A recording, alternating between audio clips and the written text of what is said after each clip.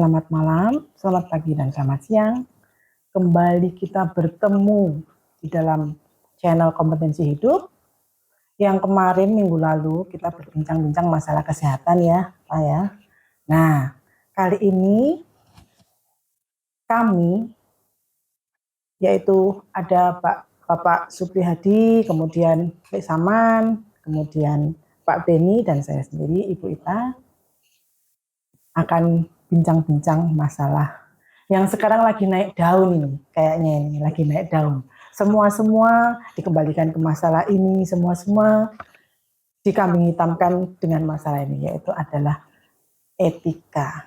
Nah, mungkin saya mau langsung bertanya pada Pak Pri ya, Pak Pri.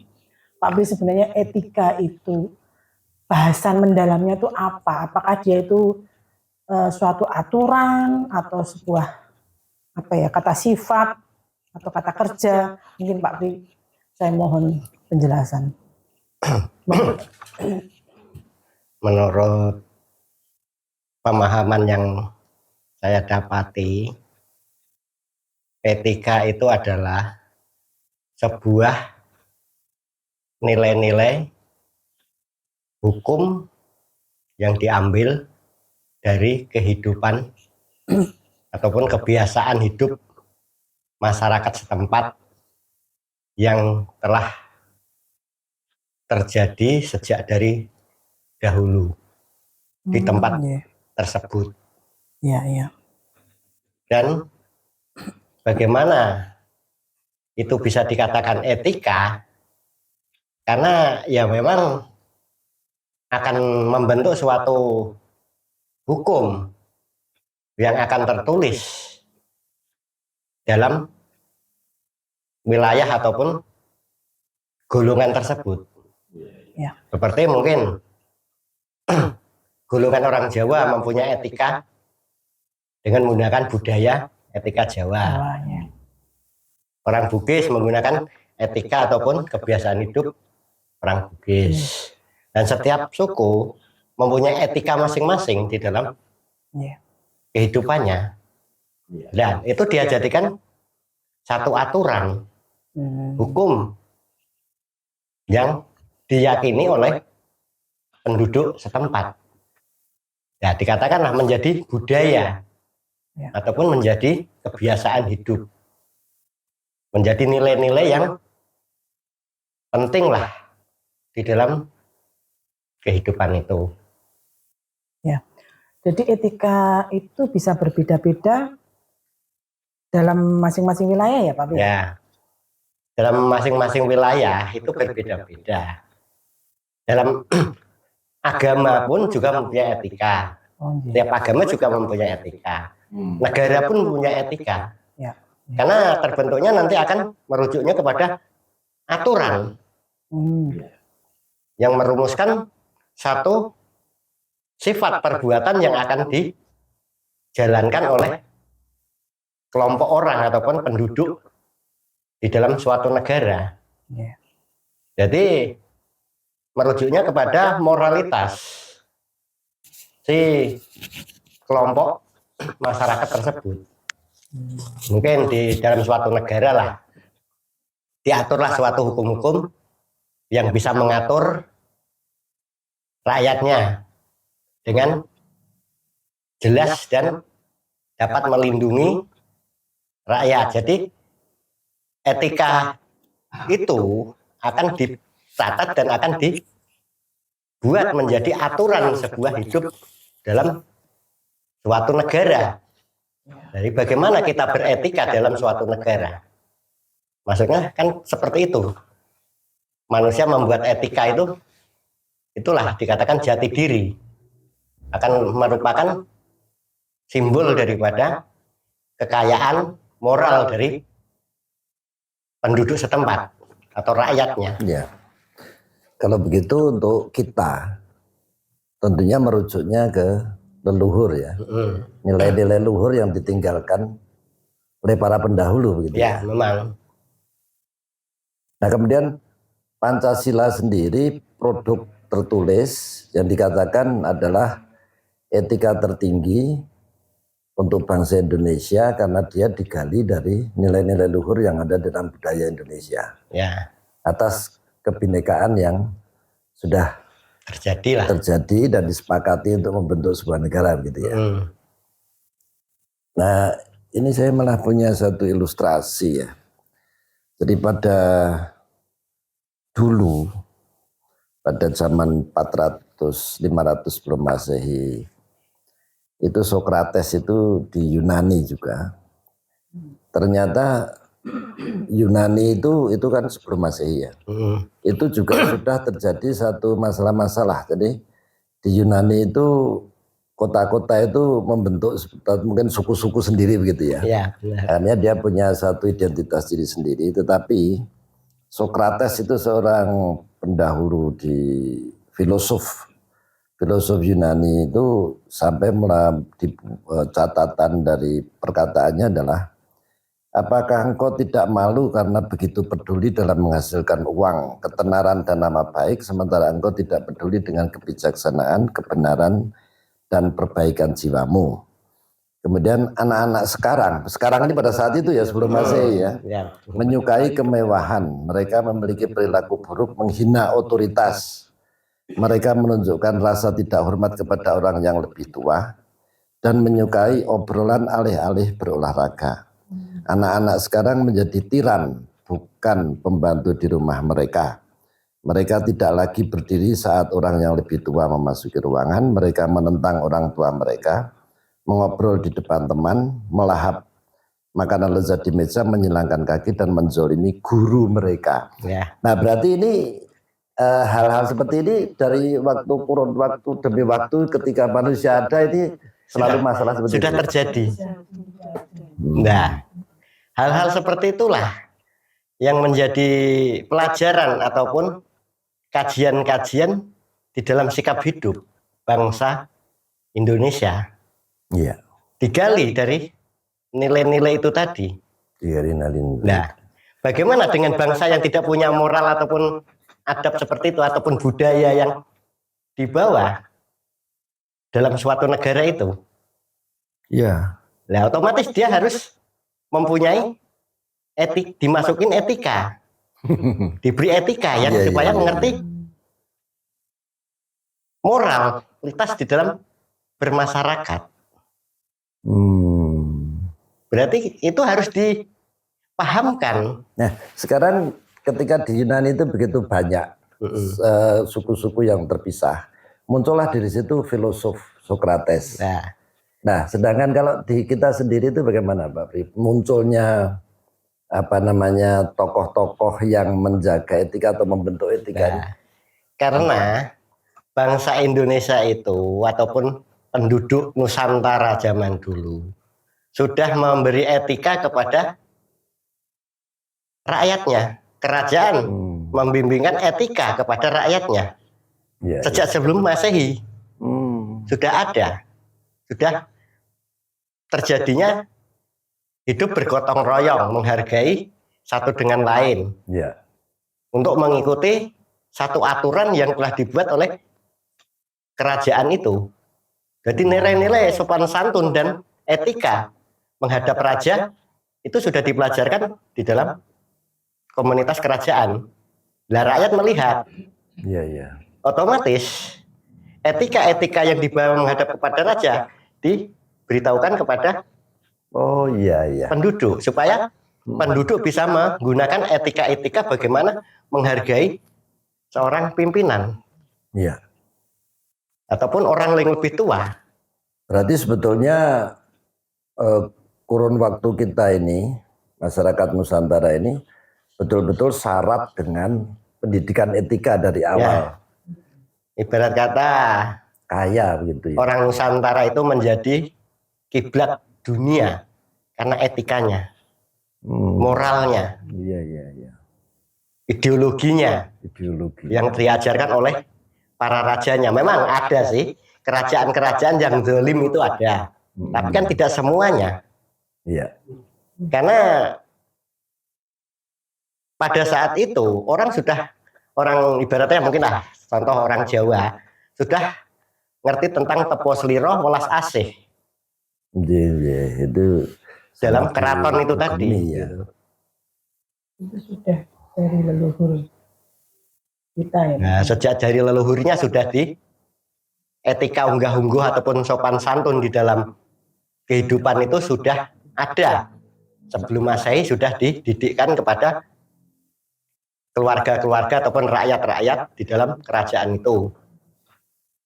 Nah, kalau tadi yang dimaksud Pak Pri dengan ada yang zalim itu maksudnya bagaimana? Ya itu kan ada raja yang seperti Firaun lah. Ya. Seperti itu. Bisa terjadinya itu tuh sebenarnya karena leluhur kita sebenarnya sudah punya etika. Tapi kok ada yang zalim itu apakah ada pengaruh dari luar ya? Namanya manusia, ada pengaruh dari luar atau tidak. Itu kan tergantung dari pribadi. Ya. Memahami enggak tepos liro welas asih di dalam dirinya itu untuk menghargai orang yang dikatakan lebih mengetahui daripada yang lain ini tadi kan begitu. Tetapi kalau melihat bahwa hingga saat ini tuh kita masih bisa menemukan ya dalam diri kita itu unggah-ungguh budaya Jawa itu, berarti yang zalim tadi ya terkoreksi juga ya, maksudnya kemudian runtuh atau tergantikan oleh yang berikutnya lagi yang menjaga etika kembali begitu kan? Ya. Makanya itu orang Jawa pasti adalah yang selalu menjaga etika tepos liro terhadap orang lain dari dirinya. Ya. Di situ akan secara alamiah akan dipahaminya dengan penglihatan yang terjadi pada penduduk setempat. Berarti kalau kita kembali ke ilustrasinya Lek Saman dengan Pak Priyadi yang dulu pertemanan masa kecil itu juga sebetulnya sudah ada unsur etikanya juga di situ ya. Etika pertemanan begitu ya. Yang kemudian ini membuat awet begitu ya. Nah, etika pertemanan itu salah satu rujukan untuk bagaimana kita bisa menjaga dengan etika ini tadi. Jadi etika itu ke bawah hingga ke dalam batin. Misalnya menemukan sendiri begitu, Pak. Ya, bukan menemukan sendiri. Menemukan itu. Bisa dirasakan sendiri. Kalau nanti menemukan sendiri, ya enggak bisa karena tiap-tiap orang itu akan mengerti di dalam setiap menghadapi perjalanan hidup. Gitu. Dan bisa mengerti bagaimana orang yang zalim kepada orang lain dengan memaksakan kehendak kepada orang lain, akhirnya itu kan bisa dikatakan zalim. Iya, iya. Gitu.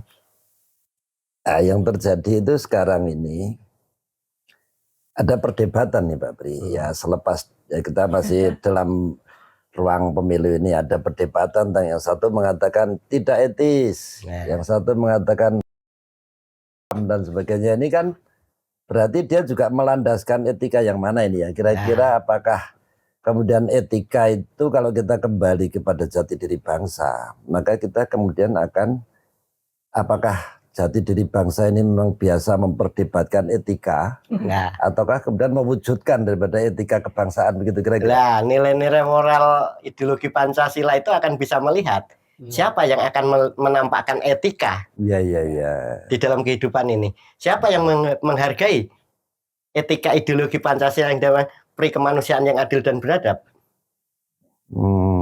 Nanti akan nampak etika-etika yang mereka lakukan di dalam kehidupan. Oh iya. Di situ.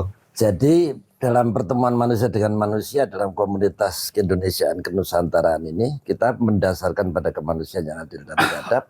Ini nanti akan tampak ya seperti apa sebetulnya nilai-nilai yang harus dijunjung tinggi oleh kebersamaan kita begitu ya. Ya nilai-nilai kegotong royongan ini. Gotong royongan. Kalau bisa jangan dikotori lah oleh kepentingan pribadi, ambisi, keinginan untuk dipaksakan supaya diakui oleh orang banyak. Iya. Jangan dipaksakan untuk dibenarkan oleh orang banyak. Karena kita mempunyai nilai etika tersendiri. Iya. Yang telah diwariskan oleh leluhur kita. Iya. Seperti itu mungkin. Ya ini mungkin bisa menjawab ya tentang silang sengketa ini tadi. Sebenarnya kalau saya malah langsung terjawab dengan kalimatnya Pak Priyadi itu, begitu jelas dan bisa diterapkan di tempat kita sendiri. Ya, Padahal leluhur tadi masih istilahnya masih hidup ya, Pak. ya bukan Nah, hidup, masih ada. Masih Tapi ada. kok menurut pemahaman yang masih penjelasan kok sudah tidak ada istilahnya. Ya mungkin karena mereka tidak mau menggali dari warisan ini tadi. Iya. Oh iya. Makalah leluhur ini dimatikan. Iya. Iya, iya. Karena kita bisa menghidupkan sebab kita bisa menggali Iya. dari apa yang dia Iya. Iya. wariskan. Download, kita download. Tuh. Jadi Jadi kita mengatakan kita Iya. itu bisa mengerti karena adanya etika yang telah diwariskan dari leluhur kita kepada Adanya hidup tadi ya, Pak. anak keturunan. Iya.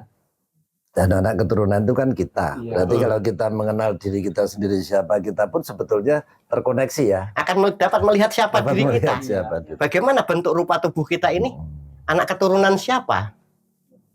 Iya. Gitu. Dengan perilaku ini kita akan dapat melihat kita ini warisan siapa. Bentuk rupa dan tubuh yang sedemikian jelasnya ini tadi kan seperti itu. Ada hubungannya pula dengan Perilaku kehidupan. Iya. dan bagaimana mengenal diri. Nah, itu. Kalau begitu budaya itu kemudian menjadi bingkai dari hubungan keindahan, tadi. hubungan kegotong royongan yang sudah diwariskan ini ya. Nah, kehidupan itu dibingkaikan atas nilai-nilai peninggalan leluhur ini tadi. Itu. Iya, iya. Itu. Gotong royong ataupun kebersamaan. Nah, sekarang di Yunani itu pada sekitar 400 tahun sebelum Masehi sudah ada masalah tentang yang tadi disebutkan sebagai tidak hormat terhadap guru misalnya. Padahal dulu didikan kita itu guru datang itu berarti kita bermain pun berhenti mamanya kan. Hal-hal yang seperti itu bukan tentang bagaimananya tapi mencerminkan bagaimana semangat seorang yang mau belajar ini kan begitu tuh. Ya jelas. Nah kalau begitu dalam segala aspek kehidupan di sini kan ada tentang anak muda dengan orang tuanya, dengan gurunya, dengan negaranya. Itu semua ternyata punya etika-etikanya jelas. gitu ya. Karena sudah diatur. Sudah diatur. Sejak dari leluhur. Barang siapa yang meninggalkan warisan leluhur, dia akan kehilangan jati dirinya. Iya, iya. Dia tidak akan bisa kembali kepada leluhurnya disebabkan karena kehilangan jati diri. Apa yang ditinggalkan sudah tidak pernah menggali ataupun mempelajarinya. Karena kata sudah berubah begitu, Pak. Dia berubah total. Iya, berubah total gitu. Iya, iya. Sikap hidup. Iya. Nah, Dengan berubahnya sikap hidup dan terputusnya dengan warisan leluhur yang harus kita gali, kita seperti telah kehilangan banyak sekali dalam kehidupan ini ya. Nah, kemudian mungkin bisa sebutkan juga Pak Pri risiko dari kehilangan jati diri dan meninggalkan etika yang diwariskan leluhur ini kira-kira kalau saya melihat ini yang pertama saya lihat ini adalah perdebatan silang sengketa yang seolah-olah ini ya bagaimana ya mau diselesaikan seperti apa ya. nah sebetulnya kalau kita bisa mengerti tentang gotong royong, Ya. saling terhubung, kita mengerti kita hidup di mana. Jangan mementingkan kepentingan kelompok Iya. atau golongan. Ya. Tapi kita ini berdiri di bawah naungan siapa? Iya.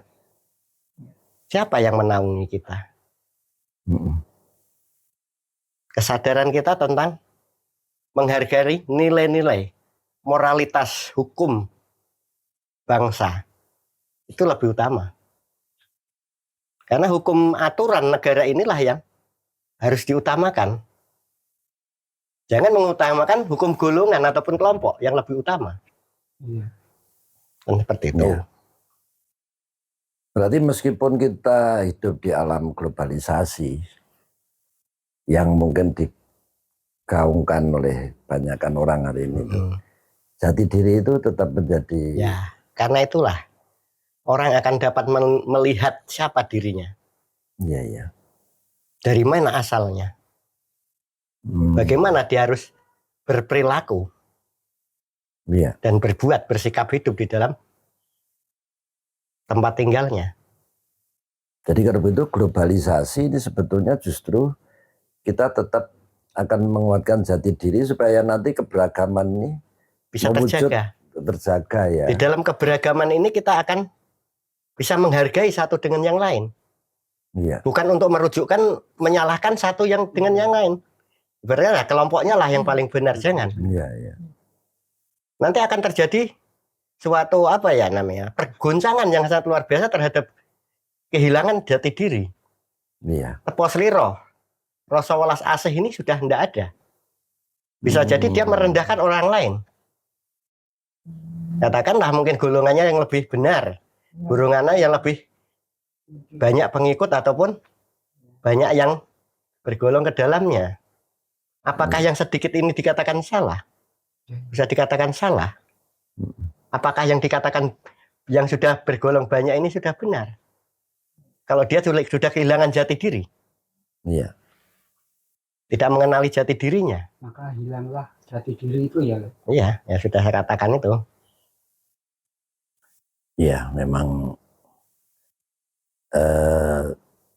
ini harus dimulai dari rumah sendiri ya Pak Pri. Iya. Perannya saya, mungkin Pak Pri kepada saya, kami berdua ini menggaris betul bahwa anak-anak akan dididik dalam suasana merdeka. Tetapi justru dengan merdeka ini akan mengerti siapa yang harus dihormati dan harus dihargai dan harus dijunjung. Ya, akhir kata kita mengerti bagaimana etika menghargai. Siapa yang harus kita hargai dan siapa yang harus kita junjung. Iya. Nilai-nilai itu tadi. Iya. Yang bisa menunjukkan suatu kepastian dan dikatakanlah kejelasan di dalam hidup. Iya, iya. Jadi dalam upaya kalau kemarin kan kita bicara tentang sains kesehatannya. Sekarang berarti mungkin sains keselamatan diri ya. Nah, kerohanian kita. jiwa kita. Iya, iya. Kita harus pahami betul bagaimana kita mengelola hidup kita ini untuk mengisi daripada kehidupan-kehidupan yang telah banyak ditinggalkan oleh ya mungkinlah penduduk masyarakat lebih mementingkan ini tadi kebenaran yang lebih utama, katanya benar. Iya. Tapi pelaku ini bisa disalahkan. Disalahkan, pelakunya bisa disalahkan. Yang melakukan ini bisa disalahkan diapakan karena tuduhan. Bahkan kemudian bisa ditiadakan ya karya-karyanya. Nah, ini mungkin juga para pemirsa YouTube kita ini perlu mencermati bahwa di sini kita tidak dalam suasana perbedaan atau perdebatan ya. Karena di sini kita belajar, mengajak kita untuk belajar tentang diri kita, jati diri dan keselamatan kerohanian diri kita dan kebertuhanan kita dengan dasar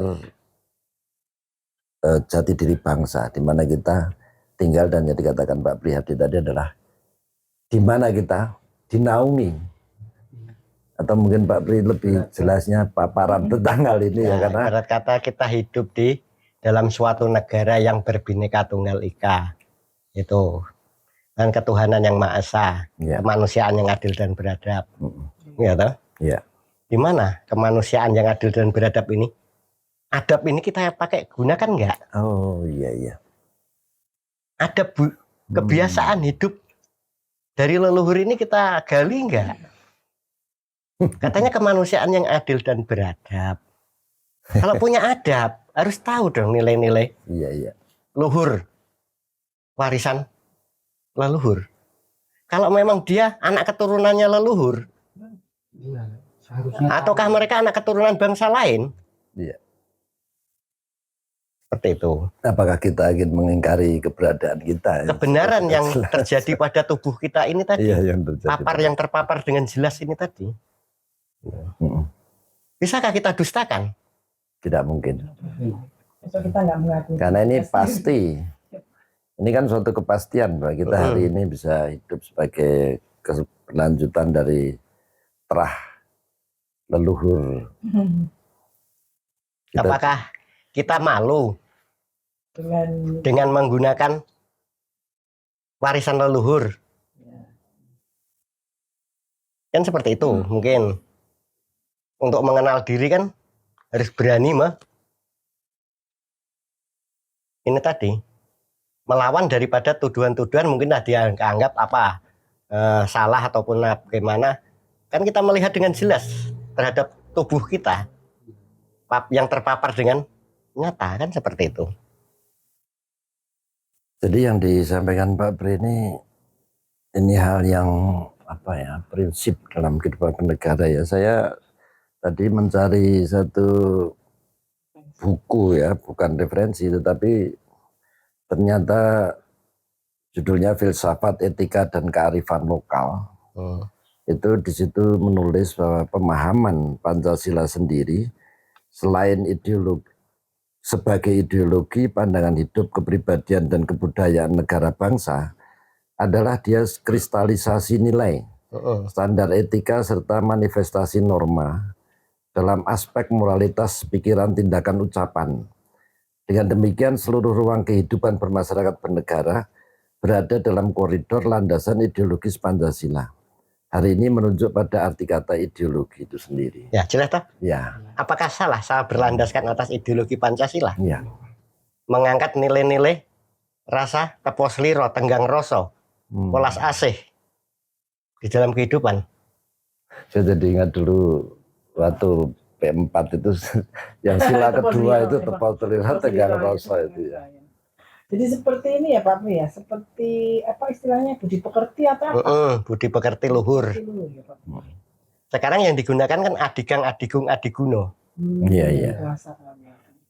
Ya seperti ini Pak Pri, sebenarnya ada hal yang saya masih ingin dijelaskan kenapa di akhir-akhir ini ya apa masa-masa pemilu ini ya, maaf ini menutup pemilu.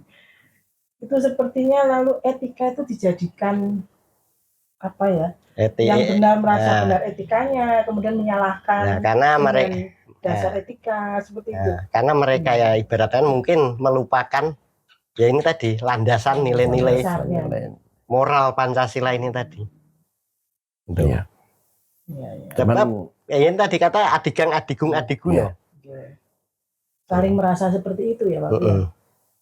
Jadi saya ingat tentang pelajaran P4 itu, tetapi sekarang saya baru terbuka betapa pentingnya hal itu untuk diterapkan gitu ya. Kalau pada saat itu kan seolah kita menghafalkan. Jadi kita menghargailah pendapat orang lain, apa yang kemenangan yang diraih oleh orang lain, ilmu yang dimiliki oleh orang lain. Ibarat kata kita bisa menghargai, jadi kita bisa membedakan mana orang yang berilmu dan mana orang yang tidak berilmu. Iya, iya. Kan seperti itu. Sudah dijelaskan dalam butir-butir Pancasila ya itu. Iya, tapi sekarang kita melihat bahwa Pak Priyadi bisa menjelaskan ini pada dimensi ilmu. Ini ternyata begitu jelas dan bisa kita terapkan. Kemudian ada orang yang mengatakan dia begitu banyak belajar tentang itu, tetapi kok jatuh dalam satu perdebatan.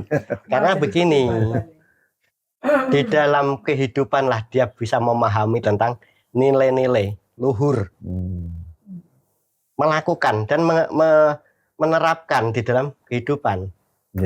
Kemanusiaan yang adil dan beradab. Barang siapa yang tidak mempunyai beradab, dia akan merendahkan orang lain.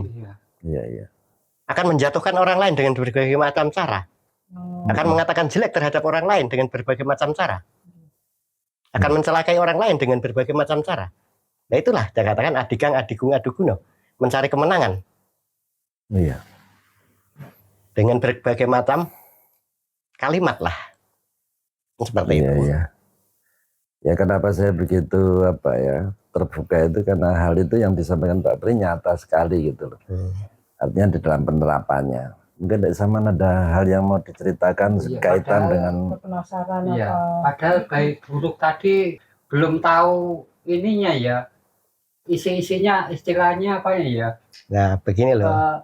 Baik buruk, Hidupnya. baik buruk itu bukan sebagai Iya, penilaian. penilaian. Tapi kita sudah memahami kebaikan itu seperti apa dan Iya. keburukan itu seperti apa. Mungkin orang yang berniat jahat, bisakah dikatakan baik?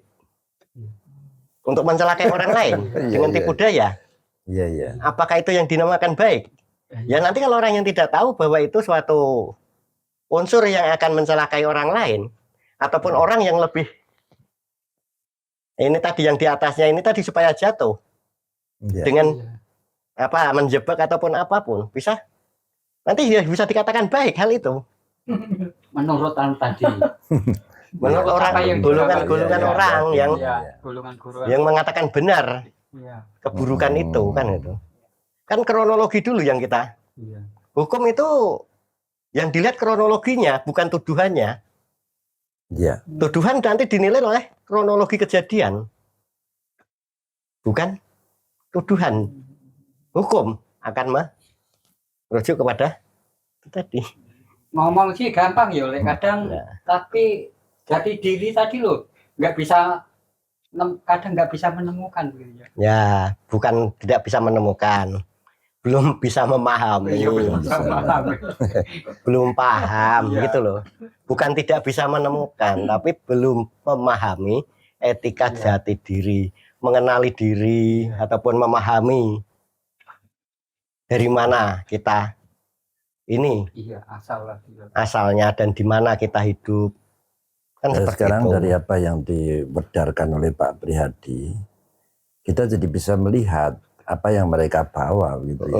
Iya. Nah ini kan berarti padahal mereka belum memahami bahwa hal itu bisa dipahami oleh orang lain dalam konteks apa yang mereka bawa. Kita bisa memahami apa yang mereka lakukan dan apa yang mereka bawa. Iya, iya, Merujuknya nanti kemana? iya, Kan kronologi dulu kita baca. iya, iya. Kejadian itu kita lihat. Sebagai ahli waris siapakah mereka? Itu aja. Iya, iya. Benarkah dia mewarisi peninggalan leluhur yang asli dari suku mereka? Budaya-budaya mereka yang mereka tegakkan. Bisakah kita merubah budaya leluhur? Bisa nggak Jadi, kira-kira? tidak bisa. Tidak bisa. Jadi kita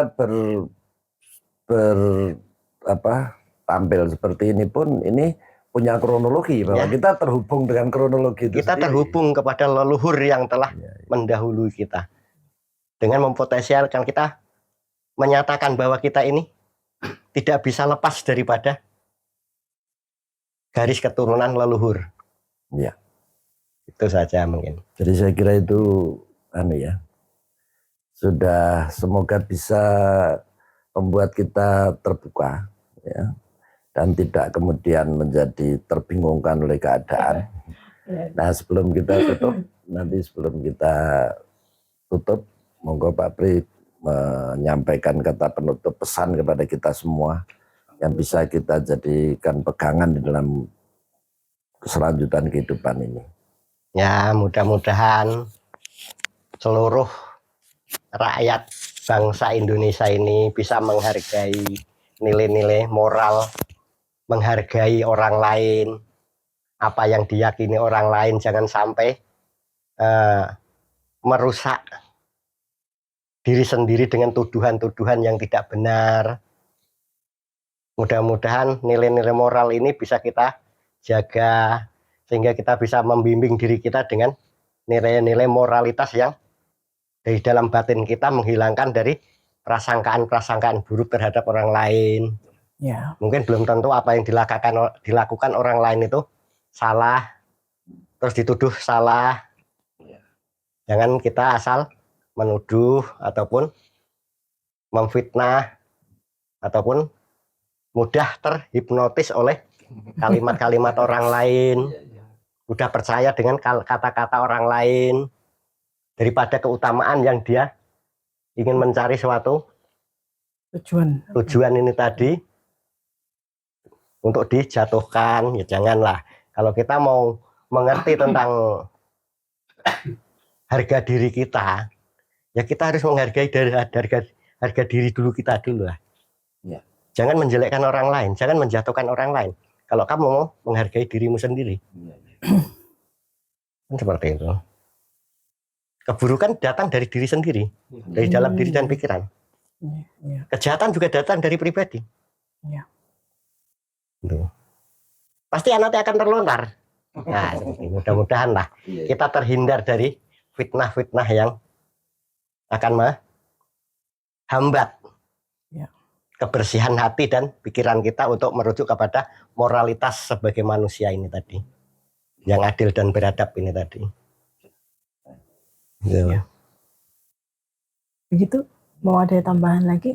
Nah, jadi demikian para penikmat channel Kompetensi Hidup, ternyata bahasan mengenai etika ini luas sekali dan kita tidak bisa lepas dari leluhur bangsa Indonesia, leluhur Nusantara seperti apa yang sudah dikemukakan oleh Bapak Prihadi.